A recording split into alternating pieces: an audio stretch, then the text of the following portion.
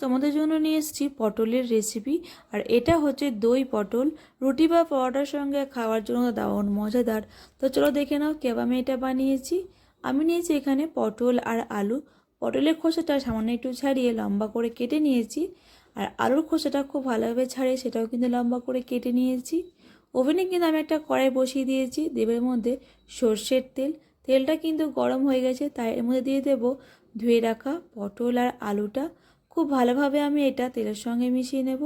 দেব এর মধ্যে স্বাদ মতো লবণ আর সামান্য একটু পরিমাণ হলুদ দিয়ে খুব ভালোভাবে মিশিয়ে নেব। আর ওভেনটা কিন্তু একদম লো করে দেব, এখানে কিন্তু ঢাকনা দেবে না। একদম লো করে নাড়ি চাড়িয়ে একদম ব্রাউন করে ভেজে নেব। দেখো একদম কিন্তু ব্রাউন কালার হয়ে গেছে।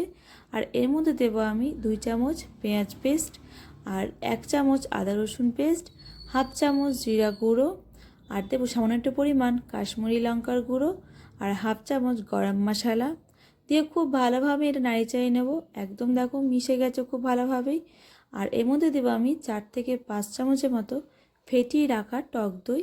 টক দইটা কিন্তু খুব ভালোভাবে ফেটিয়ে নেবে, যাতে দইটা খুব ভালোভাবেই পটল আর আলুর সঙ্গে মিশে যায়। দেখো আমি কিন্তু খুব ভালোভাবে ফেটিয়ে নিয়েছি।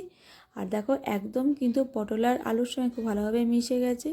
দেবো এর মধ্যে সামান্য একটু পরিমাণ জল দিয়ে আবারও কিন্তু খুব ভালোভাবে নাড়ি চাড়িয়ে নেব। আর দিয়ে দেবো ঢাকনাটা। আর এটা 20 থেকে 25 মিনিটের জন্য আমি একদম ওভেনটা লো করে রেখে দেবো। 20 থেকে 25 মিনিট পরে এসে দেখি হ্যাঁ আলু আর পটলটা কিন্তু একদম সেদ্ধ হয়ে গেছে। দই পটলটা আমার প্রায় রেডি হয়ে গিয়েছে। আর দেবো এর মধ্যে 2টা থেতো করা এলাচ দিয়ে খুব ভালোভাবে আমি এটা নাড়িয়ে নেব, যাতে এলাচের গন্ধটা খুব ভালোভাবে ছড়িয়ে যায়। আবারও কিছুক্ষণ ঢাকনা দিয়ে ঢেকে রাখবো।